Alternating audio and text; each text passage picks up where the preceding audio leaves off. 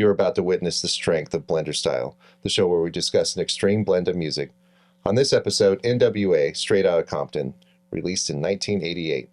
Cheers, gentlemen! Cheers! Cheers. Cheers for fears.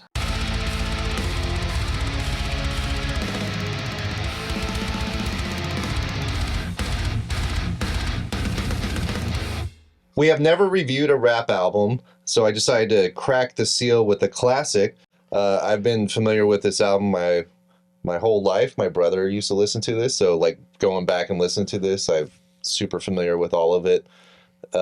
And just wanted to know what you guys thought about it. So yeah, my brother Chris listened to this.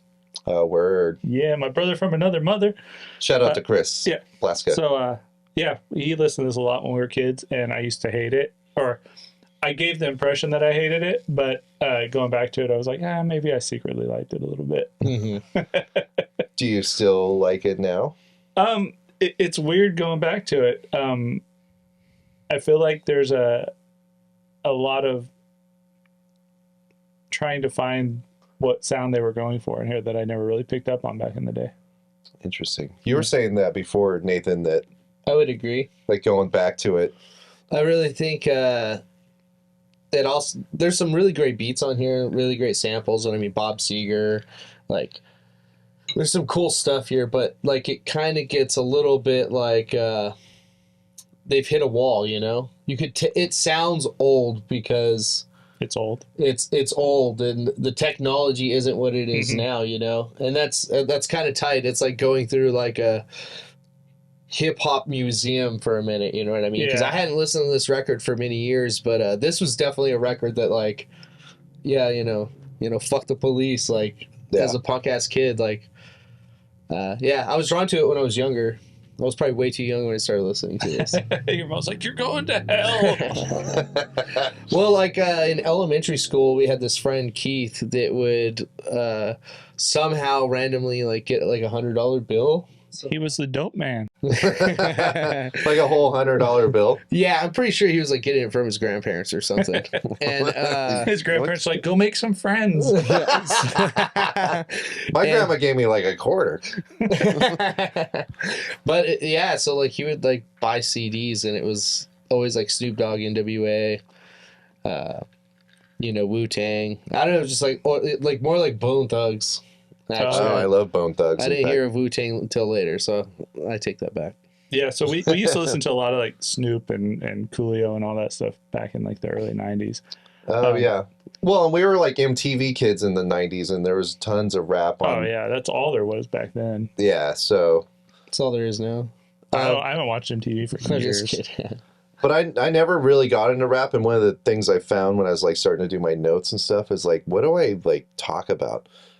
I think for most people, for rap, it's about the lyrics and the rhymes. Mm-hmm. And I'm just not a lyrics guy, so I don't get into it. But especially the first handful of songs, like the first like 2 or 3 songs are, like, I don't need the lyrics to get that it's like angry and, they're talking about violence and shit like that. Like that comes across in the music. And that's what really does it for me. That's probably why I like hung on to this, because it's like, the first handful of tracks are very dangerous and like aggressive, like fuck the police, you know. And I'm like, yeah, fuck yeah. Yeah. You're like, I'm cool. Shit's heavy, you know what I mean? Yeah, especially being a dumb white kid in Tehachapi. Right, yeah. Or Taft. Where like there's the one cop who's just like, hey Nathan. Like, oh hey man. He's like, you still coming over to my house for a barbecue tonight? Like, yeah, I'll be there. Yeah, I'll be there. And I'm like, yeah, fuck the police. He's like, hey, that hurts my feelings.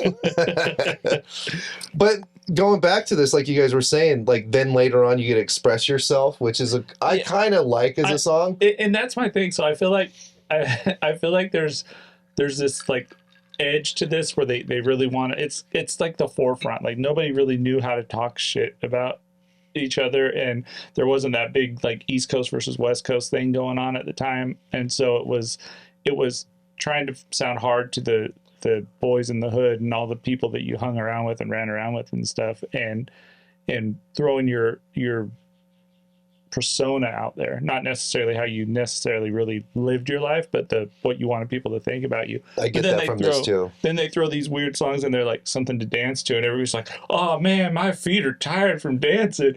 Oh, that's a great beat." You're just like, "Oh, yeah, dude." You're like, "Oh, this is pretty good." It's not bad, but It's at the not. same time, I'm like, what happened to the gangsta rap shit? Or Express Yourself. Again, another good song. Yeah. There's some really good stuff, and I feel like to me the better songs are those ones where they're just kind of I Ain't the One. The innuendo is there, but they're not necessarily throwing it in your face. Oh, I Ain't the One. Did you like that one, Nathan? Good track. You know, I'm glad I had a son and not a daughter. You know, when I was younger, like I said, like there's an aggressiveness to this, right? Mm-hmm. And that's what I was drawn to. So yeah, I was a little kid, heard it, didn't latch onto it until like actually when I kind of was like a teenager, and I was like, you know, kind of getting in trouble for, you know, skateboarding and stuff like that. And I was like, yeah, fuck the police, you know? Yeah. It's just anti, you know, whatever. And if you really listen to this, like the lyrical theme is also just like, dude, we're just chilling. Mm-hmm.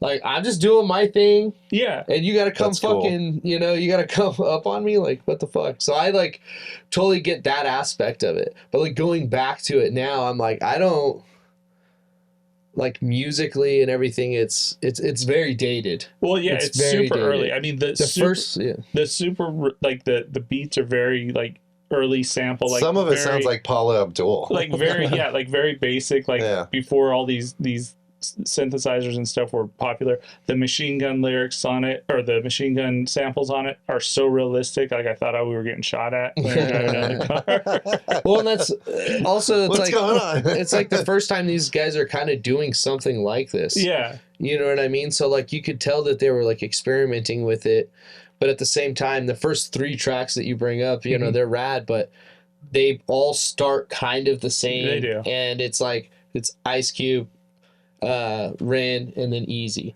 Ice Cube, Wren, then Eazy. Ice Cube, Wren, then Eazy. And then they start chopping it up and doing different things. It's like they ran out of the juice. And then they just kind of, that's exactly what it feels like. I totally agree. And that's the other thing. Like I feel like Ice Cube slays it on this whole album. Like everything he does on this album, I feel like he's kind of carrying it. Yeah, and Dre, but he drops off in it too, though. Dre has some good parts, but I feel like he's just horrible on this whole album. Do you?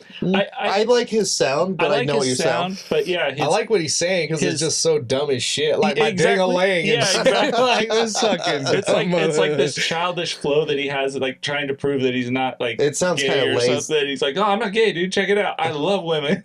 Like it sounds lazy. Yeah, it kind of does, and it's good. But to me, I think that's the weaker point, or he's the weaker part of this. Are we okay? So are we overlooking like some brilliancy of like his rhymes and whatnot? Is he doing shit? I mean, Eazy-E's solo stuff was even tight. I don't know. Eazy-E was pretty cool. He was definitely not. I like he Eazy. Wasn't as I don't think I ever listened to experienced, you know, with it. Like obviously, Dr. Dre was messing with, you know, beats and stuff like that before NWA, you know, and like,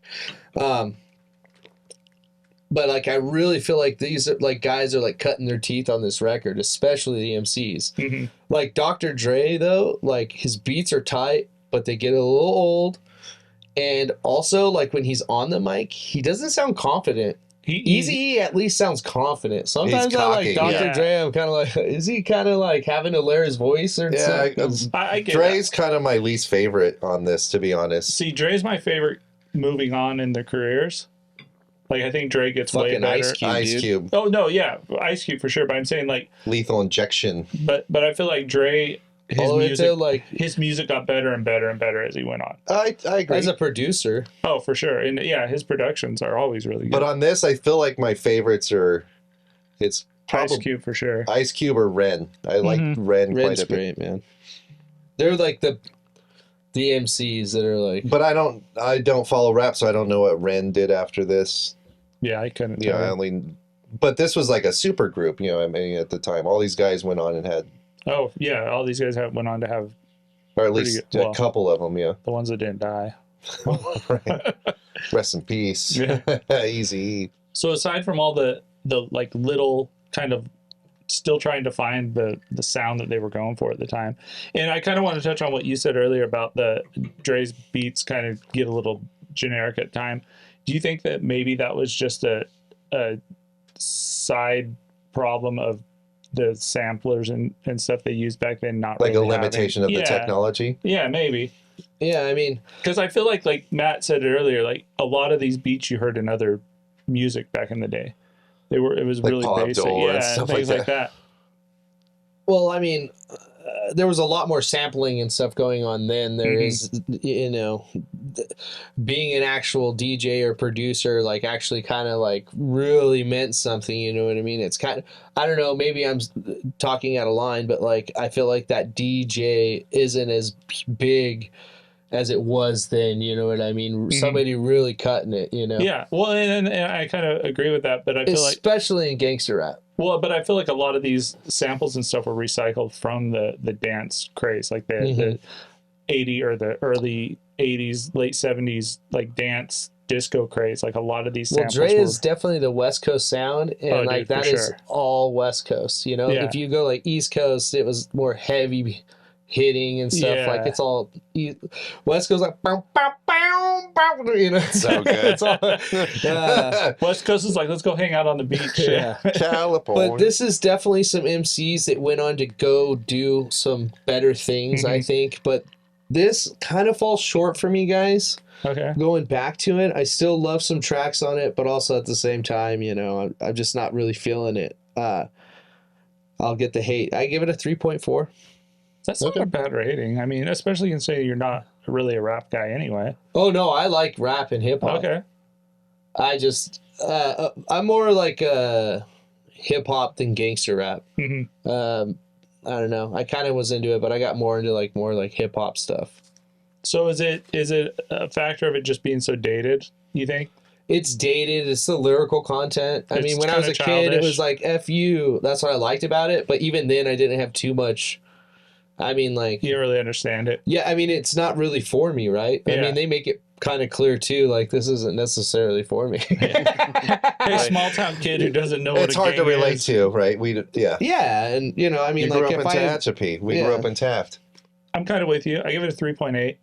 I feel like I respect where they took the genre of music they were going for, and I love the evolution in this album. Like, I'm not necessarily the biggest rap fan. I don't think I listen to any rap really other than, you know, the stuff I grew up listening to that, you know, Chris forced on me when we were kids. But I feel like coming back to this, back then I hated every time we had to listen to something like this if it was in the rotation. But kind of giving it a new perspective. It's decent. It's good. I like where they went with it. I like the different. It's not all just straight gangster. That's what I like about it. There's some. So you do like the variation? Yeah, I do. I love the variation, and it's a fun album. It is a fun album, and it's not overly long or it drags out or anything like that. Long. I would say that there's like it's long, but it doesn't feel like it drags. Is what I'm getting. It doesn't drag. I agree. Good pacing on it. Yeah. I give NWA Straight Outta Compton a 3.6 out of 5. It's a good album, dude. I fucking dig it. I've gone back to it a couple of times. Usually I'll just play it and then never get all the way through. Okay. I'll get to like Express Yourself and then I'm like, I'm done. It comes out strong. It comes out swinging. It's way front loaded. The best songs are the first 3 songs and then it starts to go downhill. Like 8 Ball gives me like a headache, dude. It's not good. No. Yeah. So. And I used to think that song was like rad. Me too. Whatever. This is Blenderstyle. That was NWA Straight Outta Compton.